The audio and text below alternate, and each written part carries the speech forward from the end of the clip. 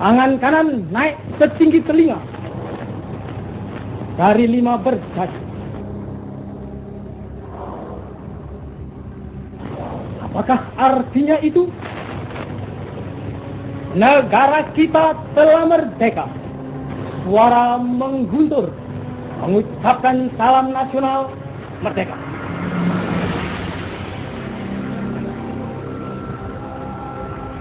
Kita siap sedia mempertahankannya, walau dengan jalan yang bagaimanapun juga.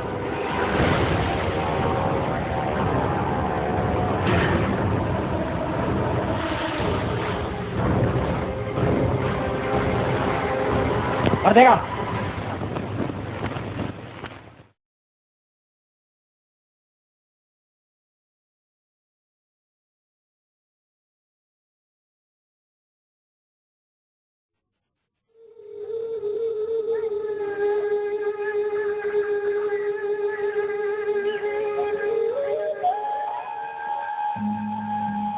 The family, we were just all at home, the kids, my sister-in-law was in the house, my 2 children, and Hoot was there. I think, as I recollect, I just got on a car and went to work. The 30th of September, I was at home with my children. The 30th. That evening of the 30th of September, I was invited to go with some other embassy people out to a shadow play being staged in a village outside of Jakarta.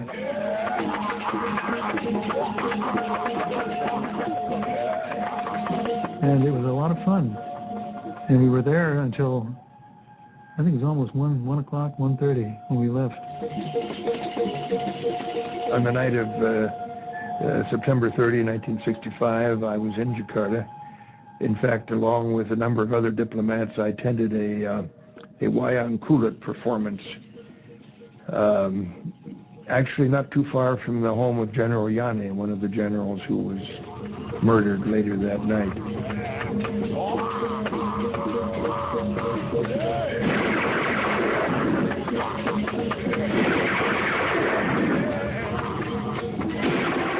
On the 30th of September, 1965, 6 of Indonesia's most senior generals were dragged from their beds and brutally murdered. The events of this night led to the bloody mass destruction of the largest communist party outside China and the Soviet Union. It proved to be a major turning point at the height of the Cold War, when the West would help an Indonesian general seize power to become one of the most ruthless dictators of the 20th century.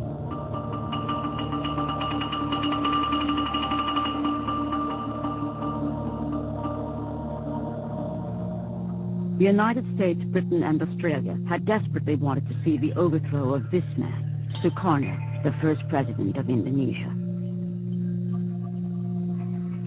Sukarno's allegiances were too ambiguous for the black and white politics of the Cold War. 500,000 of his supporters were to be brutally slaughtered when his balancing act failed.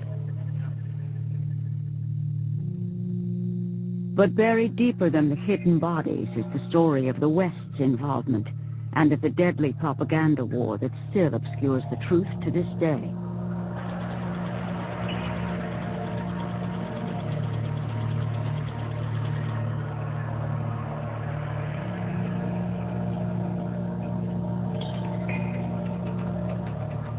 Popular understanding of what happened came from the reporting of a few Western journalists who were in Indonesia at the time.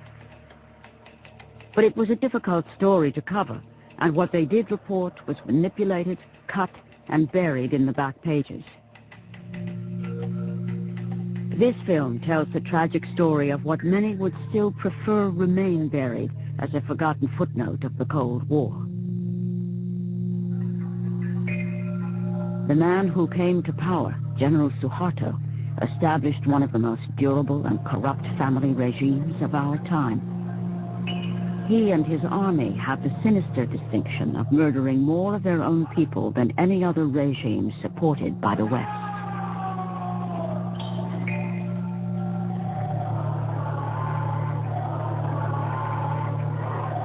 More than 30 years later, after massive popular revolt, General Suharto finally falls. Menyatakan berhenti dari jabatan saya sebagai Presiden Republik Indonesia terhitung sejak saya bacakan pernyataan ini.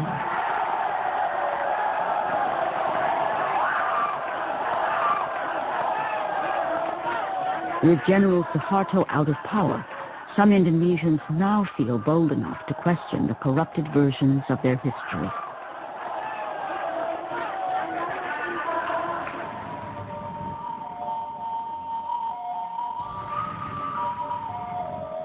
One untold story is about to be revealed in the mountains of Java as the first mass graves are finally opened. Joyo Santoso is the only member of his family who now feels it is safe enough to talk about his brother who lies buried here. Kakak saya namanya adalah Ibnu Santoro MA, Master of Arts.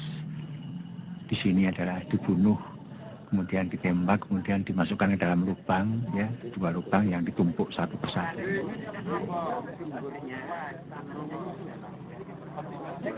Ibnu Santoro was dumped in this hidden grave, along with 22 others branded as communist sympathizers.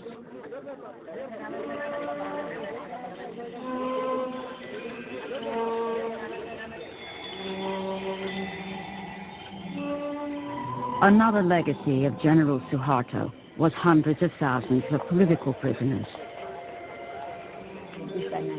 One of those was Dr. Sumiyosi, who was a pediatrician in the capital, Jakarta. Yeah, I stayed in prison 11 years in 10 places.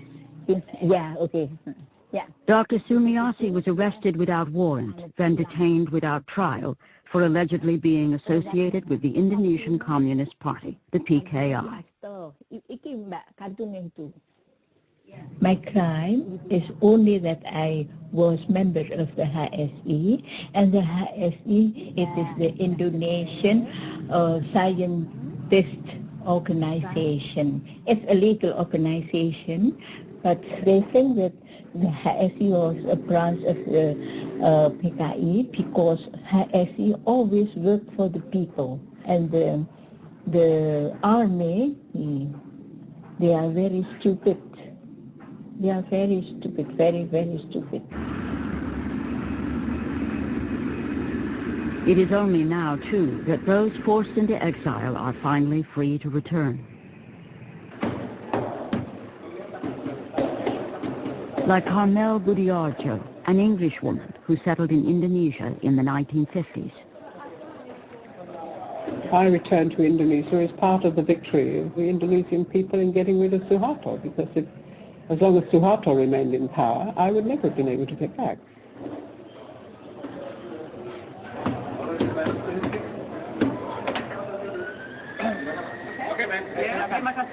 Carmel Budiarjo spent 4 years as a prisoner of Suharto. My name was still there on the blacklist, even though I have a visa.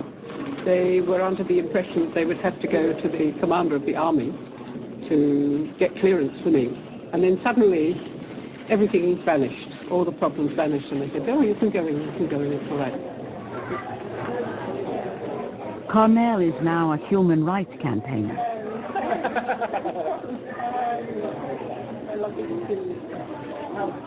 Her friends hope that her visit will help break the conspiracy of silence about the events of 1965.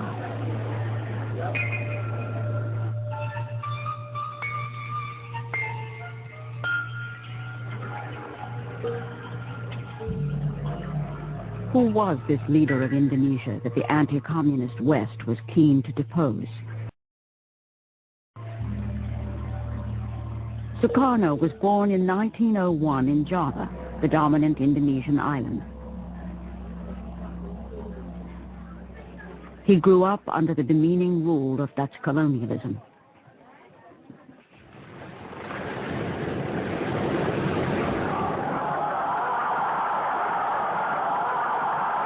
Sukarno was an ardent nationalist who led Indonesia's independence movement.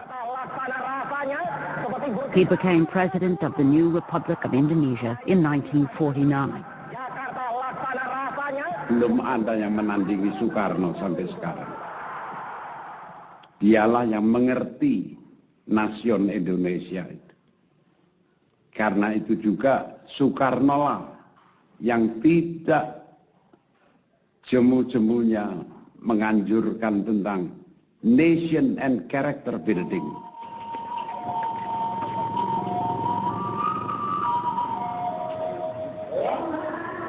President Sukarno's ambition was to unite a new nation from a clash of cultures, languages, and the world's main religions.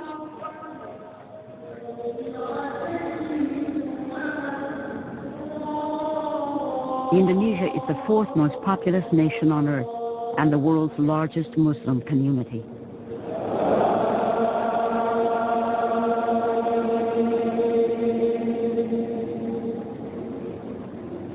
Kepribadian banteng.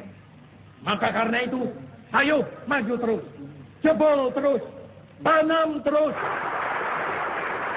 Sukarno thought he could preserve his own one-man rule by balancing the competing ideologies inside his country. I tolerate all ideologies. The nationalist ideology, the religious ideology, the communist ideology. So far, they are not making trouble or damage to the Indonesian state. Sukarno's balancing act might have succeeded indefinitely if the Cold War hadn't been raging outside Indonesia, where the domino theory held sway. Here is Indochina. If Indochina falls, Thailand is put in almost impossible position. The same is true of Malaya with its rubber and tin. The same is true of Indonesia. If this whole part of Southeast Asia goes under communist domination or communist influence, Japan must inevitably be oriented toward the communist regime. America says welcome in a big way to President Sukarno. Vice President Nixon and State Secretary Dulles are on hand at Washington's National Airport. As leader of the highly strategic Indonesian domino, Sukarno was courted by leaders on both sides of the Cold War. He attempted a policy of neutrality, believing this was the best way for his young nation to gain assistance from East and West. May God give us, America and Indonesia, the best friendship which has ever existed between two nations.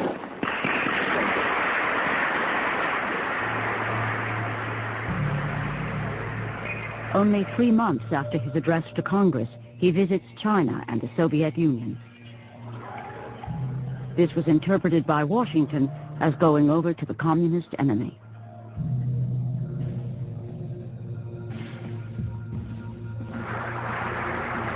The United States becomes even more alarmed by the success of the Indonesian Communist Party in 1957 elections. Indonesia is now seen as a questionable ally.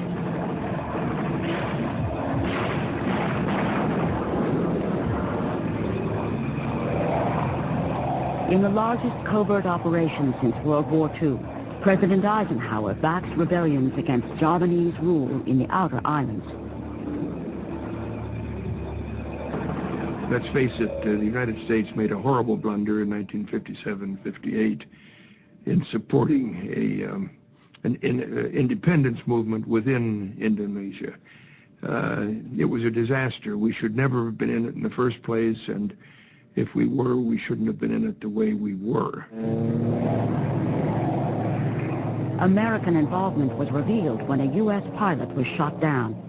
The U.S. quickly withdrew support, and the rebellions collapsed. Western intervention had backfired.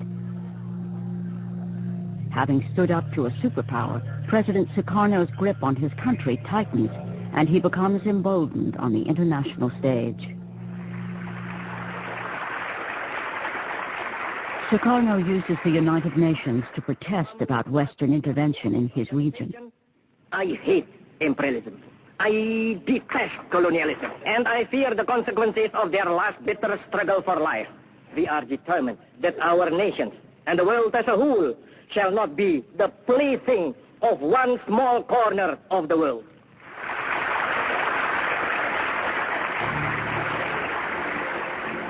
Shortly afterwards, Britain moves to form the new state of Malaysia on Indonesia's border. Sukarno is not consulted. Incensed, he launches a military campaign against British forces to crush Malaysia.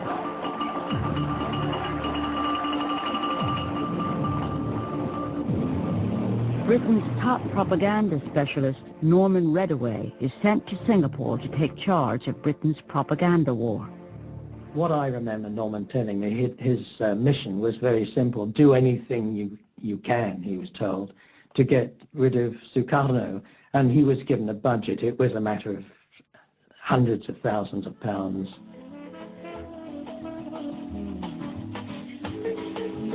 Sukarno had a well-deserved reputation as a womanizer.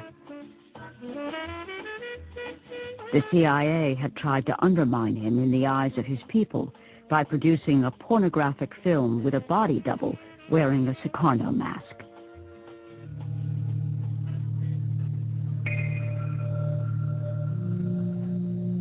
At least 6 assassination attempts were made on his life. Sukarno blamed the CIA for most of these.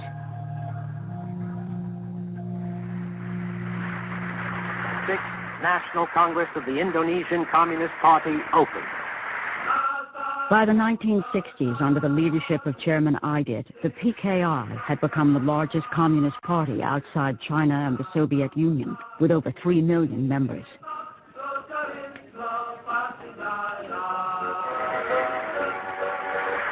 Personal appearance of President Sukarno increases the atmosphere of unity of this gathering. Sukarno himself is a nationalist, not a communist.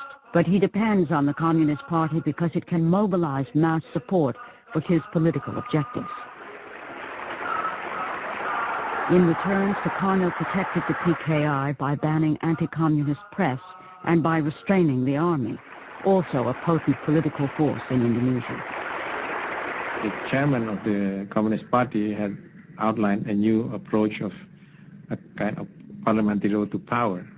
At the same time, the Indonesian army was fairly unique because it operated also like a political party, and in that sense the Communist Party and the army were in competition with each other, all from the village level up to the capital city. The West, as well as many Indonesians, fear the country is in danger of falling into communist hands. Supporting the army is seen as the best hope for the anti-communist cause. With the PKI growing rapidly under Sukarno's protection, the lines are drawn for an inevitable showdown.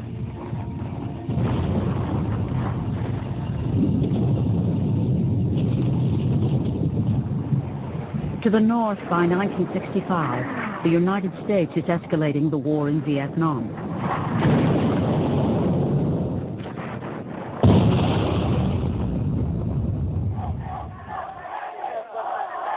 In protest, U.S. buildings in Indonesia become a target. There were mass demonstrations, thousands of screaming demonstrators that would throw rocks at our embassy, and several with flaming rags around them. So we were, in effect, public enemy number 1 at that point. We had replaced the British. Anti-Vietnam War protests are also the order of the day at the University of Wisconsin, where Ibnu Santoro has been studying economics for the past 5 years. Jadi dia 2 tahun selama di USA, dia mendapatkan ijazah MA. Kemudian dia mengambil doktor PhD dengan tambahan 3 tahun lagi. His friends from Wisconsin say he loved JFK, democracy, and the American way of life. But Ibnu's fate was to be sealed by the politics of his day. Tapi karena ada konfrontasi antara Amerika dengan Indonesia pada waktu itu, jadi semua mahasiswa yang di Amerika, Indonesia ditarik lagi ke Indonesia semuanya, termasuk kakak saya, berikut dengan keluarganya. Returning home to a country being polarized by Cold War politics, Ibnu gets a university job by joining the Indonesian Graduates Association, a group associated with the Communist Party. Tensions were also rising in the countryside where the PKI had been enforcing President Sukarno's land reform program.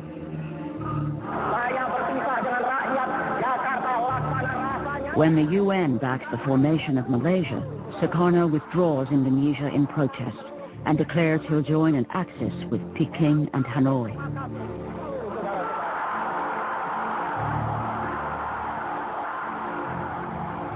President Sukarno has now gone too far for the West. For nearly 15 years, he'd balanced both sides of the Cold War.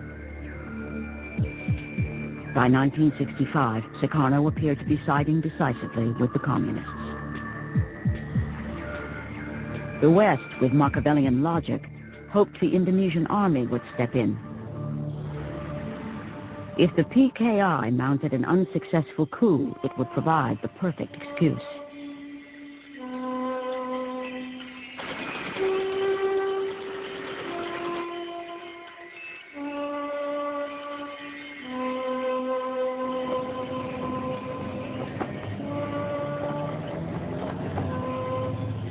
Certainly in 1965 was the height of the Cold War. Vietnam was very important for the Americans, and the war wasn't going too well. The Marines had landed, but they had taken some bad reverses. And so when it appeared that the back door in Indonesia was about to go completely into the communist orbit, there was a lot of concern. There was a lot of fear. Then Sukarno appears to collapse at a public reception, raising the stakes even further.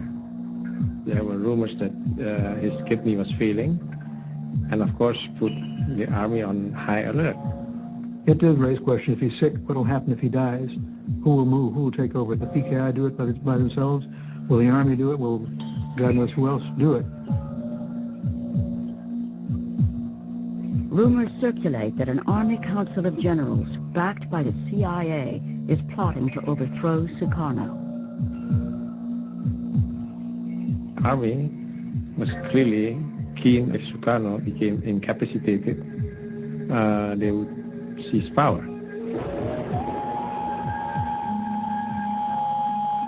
Ani raga patut waspada. Apa angon waspada dharma na jalan gisi.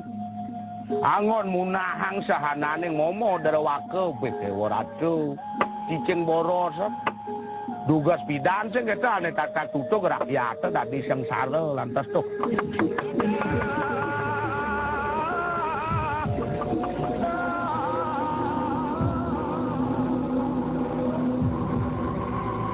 On the 30th of September 1965, Indonesia is changed forever. This 4-hour film is General Suharto's version of the events of that night. It was shown every year on all television stations while he was in power. It portrays junior army officers, supposedly under control of the communist PKI, kidnapping and killing the head of the army and 5 senior generals.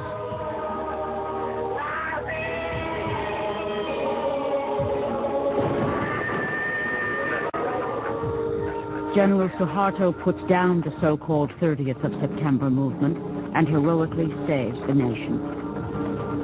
It's all over in less than 24 hours. My God, they said, well, they've done it. And the air attache came running in and said, there was the servants in his house said they were shooting out in back of his house. Some general got hit, they said.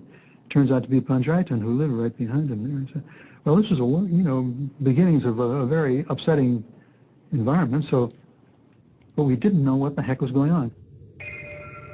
The morning of October 1st, when Time magazine called me and said, Don, there's been a tremendous coup. We don't know what's going on, but we know that 6 of the top Indonesian generals have been killed in this slaughter overnight. And we don't know whether Sukarno is behind it, what's going on, but you're the only person, the only journalist in Hong Kong that has a visa. 3 days after the murders, the bodies of the dead generals are discovered in a well. President Sukarno has appointed General Suharto to restore security. Suharto personally witnesses the exhumation.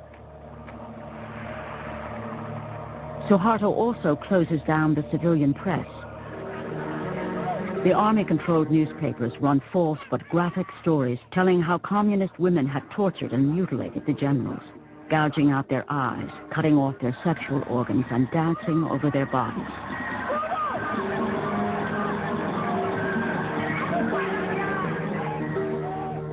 The Indonesian Communist Party, the PKI, is blamed for the abortive coup. The first big event I covered in Jakarta was the funeral of the 6 generals. We had heard tales about the way this slaughter had been done, the mutilation of the generals, how they had been tortured and killed.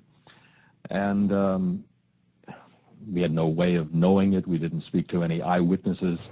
And so if the army put out with authority that these bodies were mutilated, it became the perception. If the Communist Party was responsible, Western diplomats could not understand why it would mount such an ineffective operation. I would have said it made no sense at that time because the communists were moving very effectively. They were achieving their objectives by other means. And I would have said, why in the heck should they mount a coup? It was known that the murders were carried out by junior army officers calling themselves the 30th of September movement. But the question of who, if anyone, was pulling the strings behind these officers was much less certain. Nevertheless, the diplomatic cables do reveal the West was keen for Suharto and the army to drive home its advantage in this brutal Cold War struggle.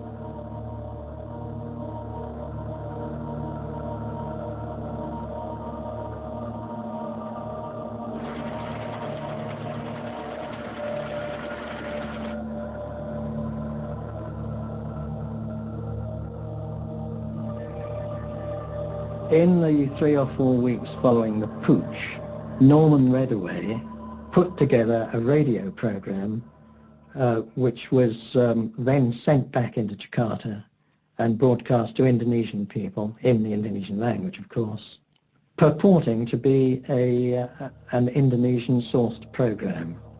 They were putting back a highly coloured version of the story that Suharto and his men were putting about.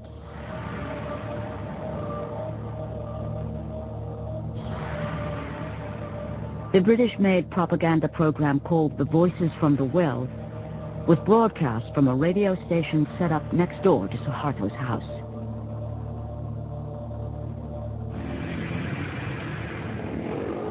The army set up a new tabloid to spread stories of the bestiality of the PKI. They emphasized that women will sink to utmost depravity under the godless communist influence. It didn't have to take great skills for the army to whip up sentiments against the communists. At the same time, I think the whole party was still left in the lurch because they still were in the mode of the parliamentary road to power. So they were essentially defenseless and armed without arms. Exactly the situation I was worried about.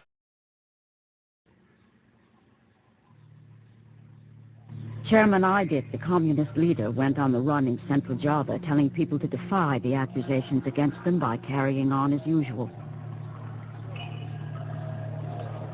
It was advice that would prove fatal for many. PKI members in President Sukarno's cabinet were arrested, and other senior leaders secretly executed. Sukarno was rapidly losing his grip on power. He appealed for calm, but was powerless to protect the Communist Party he had courted for so many years. After the 30th, when we heard about the rebels, we had very many books of from Leninism, Marxism, and so on. My husband said that we must burn it.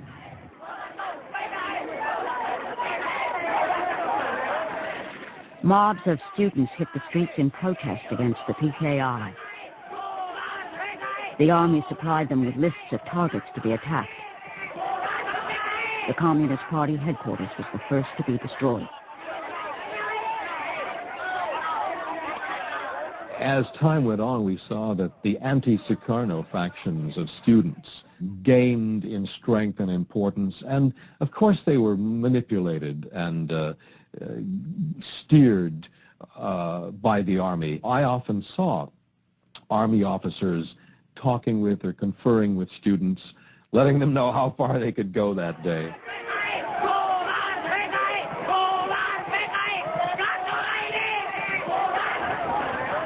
From far, I saw a fire and saw so many people crying, exciting, and so on.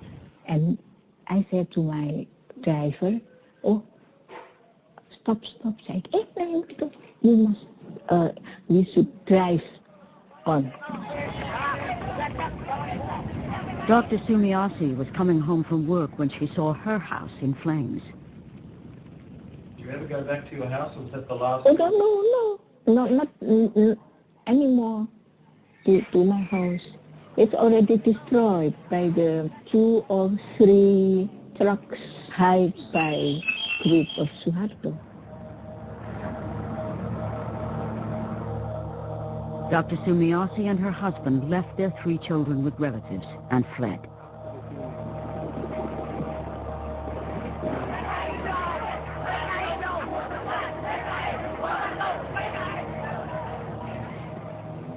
Carmel Budiarjo lost her job as a translator in the Indonesian Foreign Office almost immediately.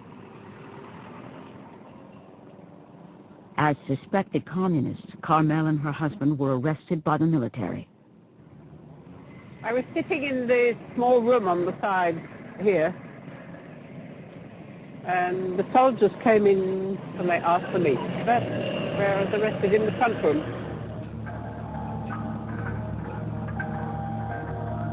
When we were sitting in this jeep taking us out of town, the fellow who was in charge, he said, you have to blindfold. And that completely destroyed me, because I just couldn't understand why they were doing this. So I became hysterical, and of course you always had the worst idea of what was going to happen. You know, they would be taken off and shot or something like that. She was to spend 4 years as a political prisoner.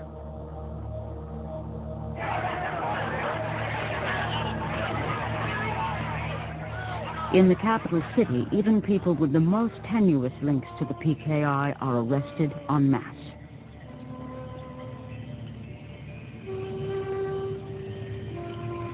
With the names of party members being given under torture, the net gets wider and wider.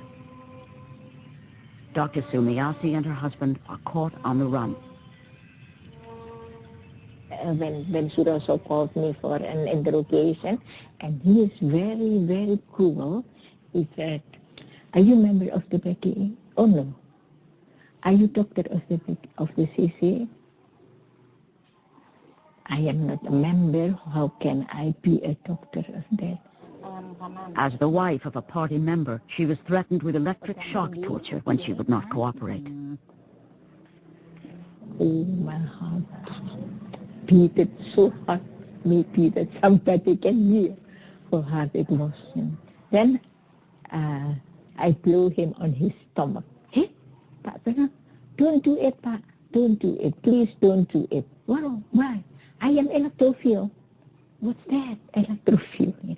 Electrophile, I can die when you give me. Oh, it's very, very low.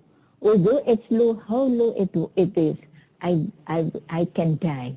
And when I am dead, my spirit will strangle you. With his balancing policy in ruins and under pressure from the military, President Sukarno appoints General Suharto as the new head of the army.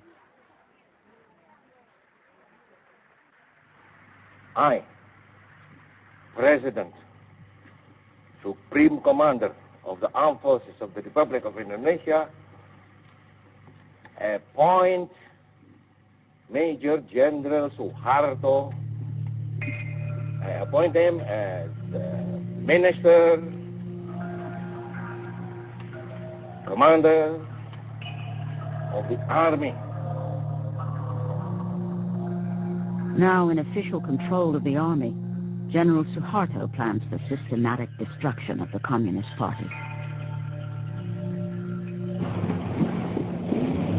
He immediately dispatches his para-commando troops to central Java. Here they purge any army officers sympathetic to the PKI. The army then turns its attention to alleged communist sympathizers all over Indonesia. As long as there is still one communist in Indonesia, I think we still have a military operation against this one person. Well, Suharto gave the orders to clean up everything, to every commander who was under his organization. So this is what I did. I ordered all my people to send patrols out and captured everybody in the PKI post.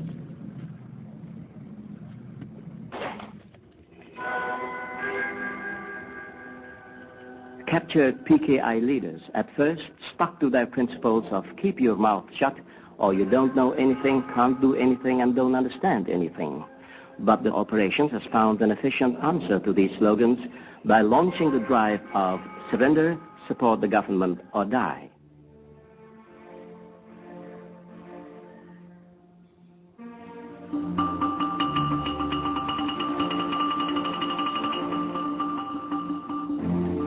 The district of Prambanan, known for its 1,000-year-old Hindu temple, was one of the first to feel the wrath of Suharto's ideological cleansing campaign.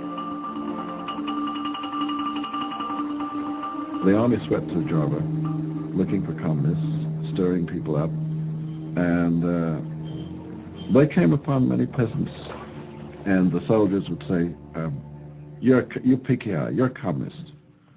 And the poor peasant farmer would say, what do you mean PKI? What are you talking about? And the interrogation would go on, and the farmer might say, oh, you're talking about those guys who came around and offered us seed at cheap prices. Oh, yeah, sure. We signed up with them, but that doesn't mean I'm PKI. I wasn't a communist. Those are just fellows who helped me out when things were tough. And certainly they did kill communists. They also killed a lot of people who were probably not communists.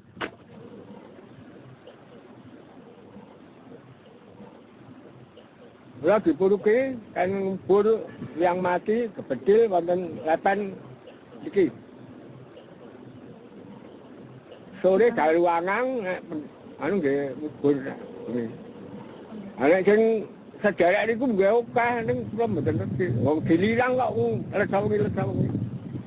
Nek sing katen wong edan nek sing Prambanan wong luon.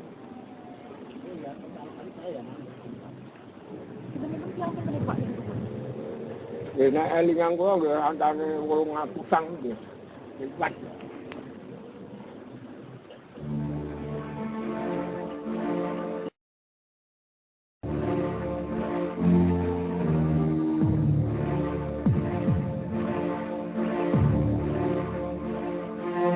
The army was in complete control. You couldn't get 10 feet out of Jakarta without proper papers and permission from the army. After hearing reports of great slaughter going on, I was finally allowed to drive down there. At that time, there were 2 or 3 military trucks filled with civilians, families, men, women, children, and we were told these were communist suspects. This wasn't something I was supposed to see. But I can recall that day there was something like 2,000 people just in that one day being rounded up and taken to a central holding place. One of the most amazing things was that you had a major, massive communist movement done in with weaponry and power and force that was contributed by the Soviets, which is there's a tremendous irony in that, and we can't help but take a certain satisfaction in that.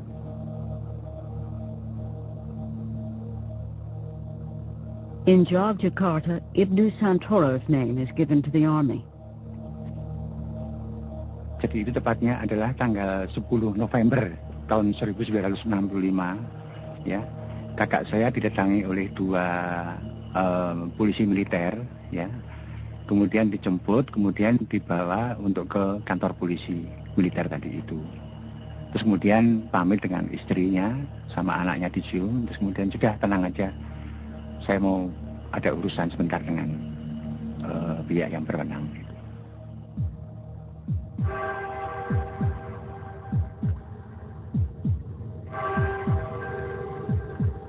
Ibnu Santoro was taken to this interrogation center, only a few hundred meters from his house. Here he is detained and tortured. Kalau di kali itu kemudian tiap hari dia datang mengantar makanan, minuman, pakaian, juga rokok. Setelah itu, kemudian setelah perang selang beberapa bulan, ya, itu kita mau ke sana sudah dikatakan bahwa Ibnu Santoro sudah tidak ada di situ lagi.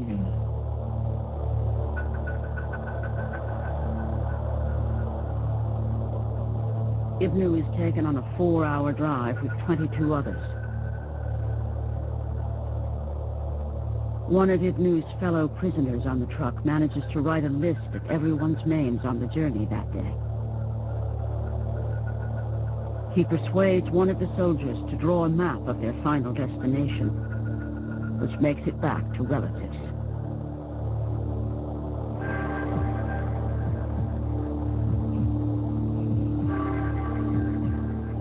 Ibnu is taken to a forest near the village of Kaliwiro, where a hole has been prepared.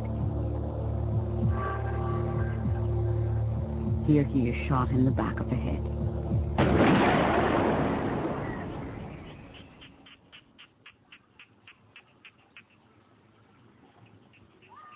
Seven weeks after the murder of the generals, Communist Party Chairman Aidit is finally captured in central Java. He's forced to sign a confession and is then executed on General Suharto's personal orders.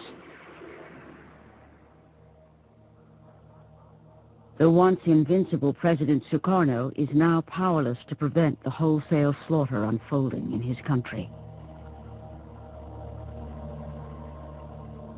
General Suharto and the army now plan his downfall and the complete takeover of government. The military arms civilian death squads and supervises further mass killings. This man was part of a Muslim militia gang in East Java in 1965.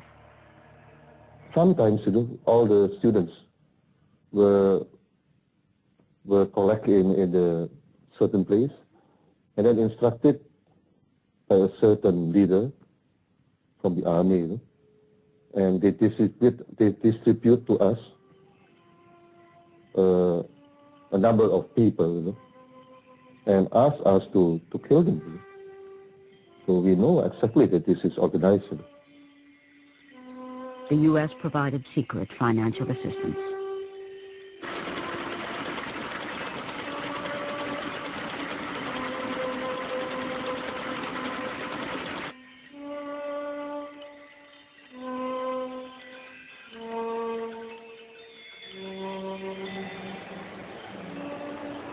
I saw many broken bodies and many pieces, torsos, legs, arms, floating in the canals. And this went on day after day, night after night. Hundreds of them.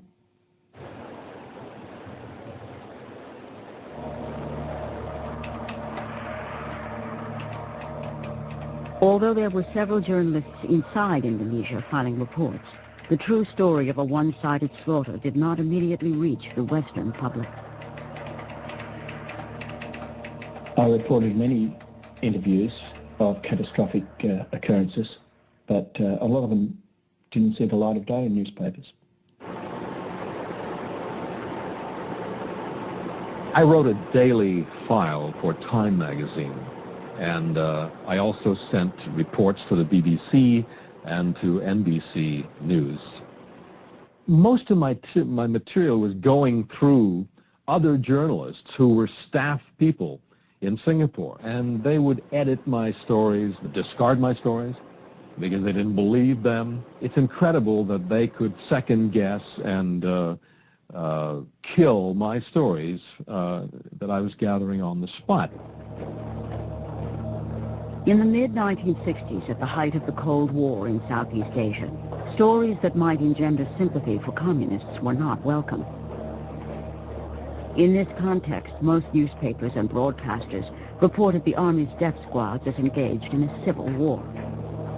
There really was no sense that there was a centrally organized slaughter of alleged communists.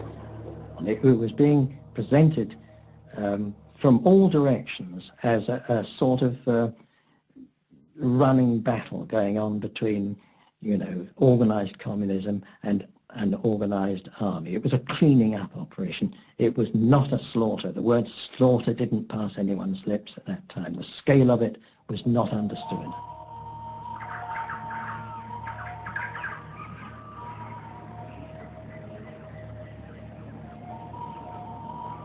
On the island of Bali, the Army laid the groundwork for communal butchery.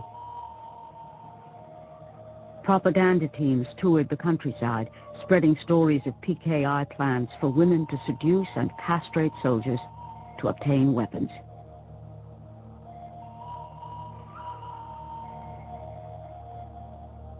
There was a deadly choice. You either took part in crushing the communists, or you were one of them. I was told by General Salwa Eddy that whereas his boys, as he put it, had to encourage and stimulate the killing in Java, the killing in Bali was so intense that they had to stop it. They had to put a stop to it.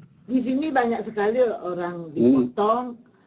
Saya sendiri, saya nggak tahu, saya nggak sengaja bicara. Ketemu saya orang dipotong, saya begini. Nih kenapa anaknya salah, saya menangis, saya sama anak saya baru saya nangis, kenapa nangis, nanti dipotong, setelahnya saya digalak. Kenapa nangis orang dipotong, ketagihan potong, ya boleh saya potong.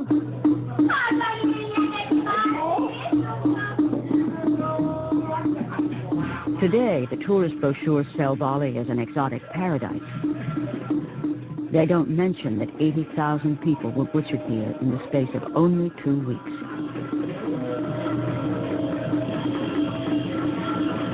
From the West point of view, the bloodbath had begun as an opportunity to see an end to Sukarno and the communists.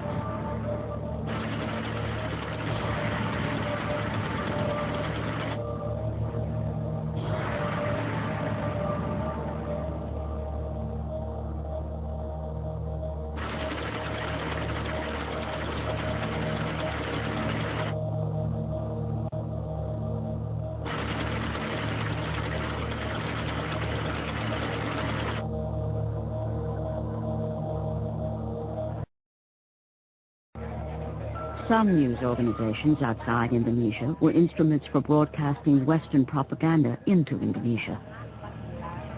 Of course, Radio Australia worked closely with the Foreign Affairs Department in Canberra and got advice or guidance, let's put it that way, got guidance from the department as to what it should say in its broadcasts. From time to time that guidance wasn't followed, but mostly it's true to say it was followed. The BBC's reputation amongst listeners in Indonesia was high, and at a time when the Indonesian people would feel that they could not rely on their own media, they of course are going to be leaning on what they regard as reliable sources, BBC, Radio Australia and so forth. I think there's no question whatsoever that we were all manipulated. I think probably the manipulation was being orchestrated by Norman Redaway, but I've no doubt that he too was also a part of an organization in which the Indonesians played their part. The Americans certainly played their part.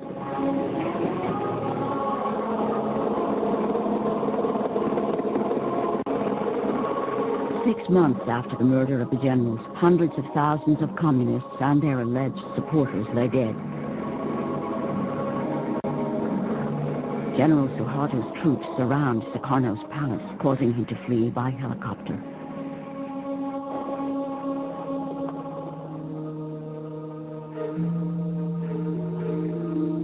Later that day, President Sukarno is forced to sign a letter which hands the power of the presidency to General Suharto.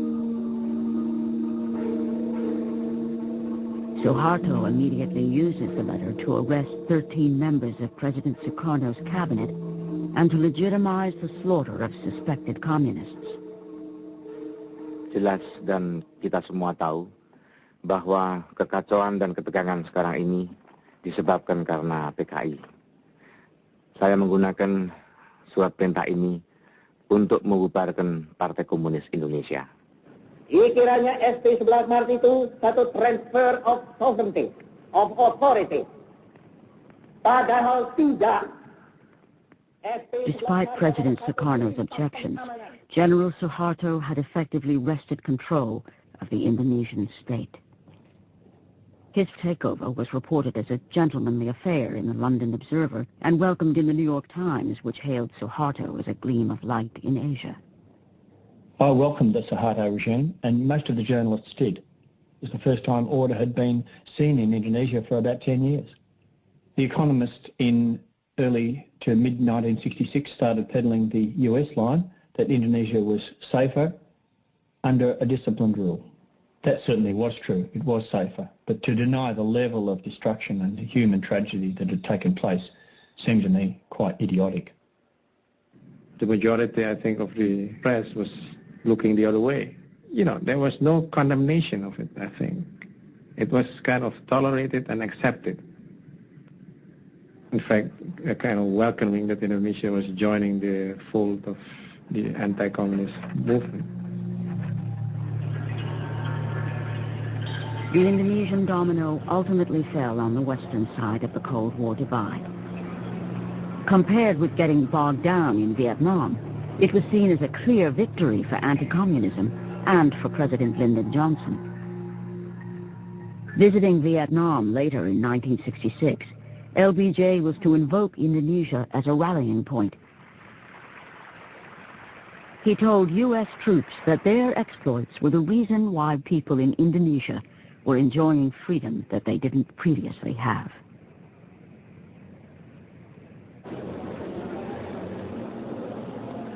But in reality, it would be more than 3 decades before Indonesia would taste political freedom and freedom of speech.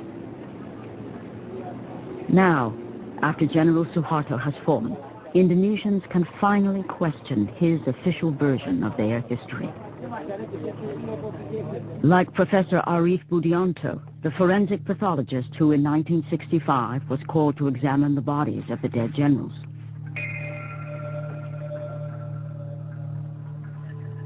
I got 3 bodies examined. Not a single one of the bodies do we find the penis slice. Or we had signs of torturing them. We don't find. Nobody is glad to sign our report because the newspapers, they wrote already about the torturing. They said the penis too, they cut it off and then they throw it. They play with that. The Garwani women. Professor Budianto's autopsy report was suppressed under the orders of General Suharto. Many Western journalists accepted the lurid story without question. Terror and bestiality was a calculated part of the PKI plan. They even had special mutilation squads made up of girls. Sex orgies went on before the torture ceremonies got underway. Eventually, the mutilated bodies were dumped down a well.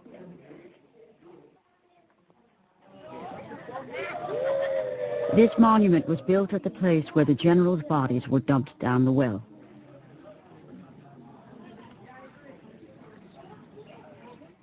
This is what pains me most, to see the women here, because I spent several years together with women who had been tortured to confess that they had perpetrated sexual crimes against the bodies of these generals. And of course we know that that was not true. Their confessions were published in the newspapers.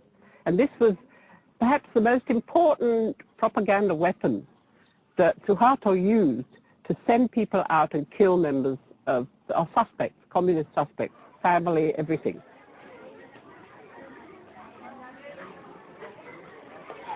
Ini dia umur berapa? 10 juga? Kecil. Dan ini juga 10. 12. Kenapa dibawa ke sini? Jalan aja. Hah? Mau lihat pahlawan. Hah? Mau lihat sejarah. Oh. Tapi gurunya bilang ini betul apa yang dilihat sini? Ya, tapi sebetulnya banyak bohong di sini. Banyak hal yang diuraikan di sini di diorama itu tidak benar. Karena saya dulu juga kenal dengan wanita-wanita yang dikatakan begini, tapi mereka tidak berbuat begini. Jadi ini banyak sekali bohong di sini. Gimana maksudnya bohong? Suharto itu berkuasa. Jadi dia membuat ceritanya sendiri apa yang terjadi di sini supaya orang benci sama PKI. Dulu kan suka itu putar 31 September. Ya. Yeah. Itu filmnya itu benar apa enggak itu? Tidak benar. Ya. Yeah. Banyak bohong. They say here these killings shouldn't be repeated. What happened after this was not 6 people being killed, but more than 600,000 people killed. And these are the people I'm thinking of now, because I think they deserve a monument for the way in which they were killed.